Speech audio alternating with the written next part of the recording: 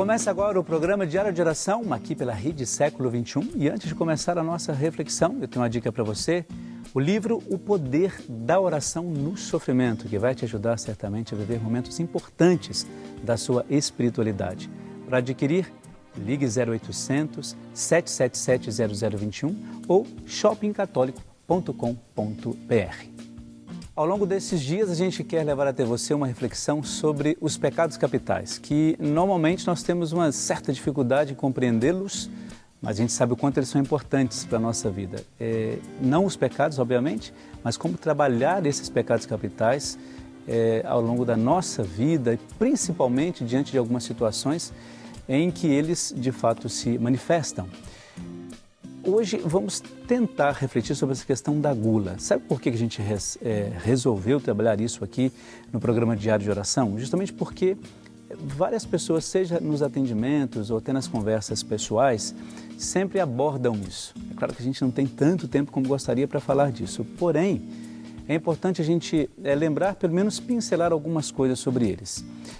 A gula, por exemplo, a gente não precisa entrar muito nesse assunto no sentido do que é.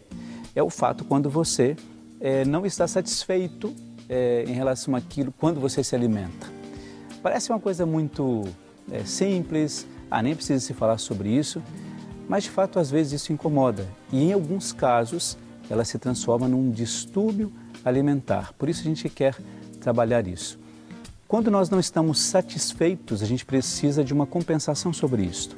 E aí a gente trabalha algumas questões até mesmo emocionais, psicológicas e, claro, é um monte de coisas que precisam ser agregadas e juntadas numa só reflexão. Mas hoje é importante pensar assim, nem sempre nós nos saciamos com aquilo que nós comemos ou nos alimentamos. E quando isso acontece, a gente começa ao longo do dia a tentar ir além daquilo que normalmente nós temos a necessidade. Então, quando você, por exemplo, sem necessidade alguma ou sem vontade nenhuma, ou até mesmo sem fome alguma, você começa a comer de novo.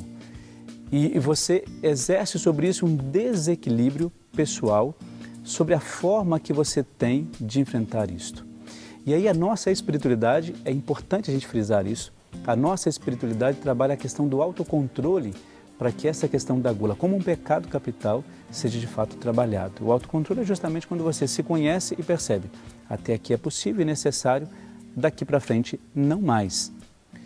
E quando você exerce esse autocontrole dentro da nossa espiritualidade, isso tem algo muito simples, mas muito importante, que é o fato de você equilibrar de fato uma necessidade pessoal e ao mesmo tempo você conceber que essa atitude que você teve pode, de fato, beneficiar a você e a outras pessoas.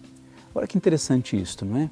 Um pecado capital que, por uma virtude do autocontrole, ele pode ser combatido. No caso, especificamente hoje, essa questão da gula. Então, vamos pensar nisso, que a nossa oração nos ajude a viver esse equilíbrio, esse autocontrole do qual nós estamos falando aqui. Colocando isso sempre dentro da questão da espiritualidade, não como uma questão psicológica apenas, mas olha, dentro da minha espiritualidade, a minha oração, principalmente quando eu vou em confissão, que eu não tenha que apresentar isto como um erro, como um desvio pessoal, mas que eu tenha que apresentar até mesmo uma ação de graças, porque pelo autocontrole, que é uma das virtudes, eu pude superar isso. Fique então agora com a bênção de Deus para você e para toda a sua família, o Deus que é Pai, Filho e Espírito Santo. Amém.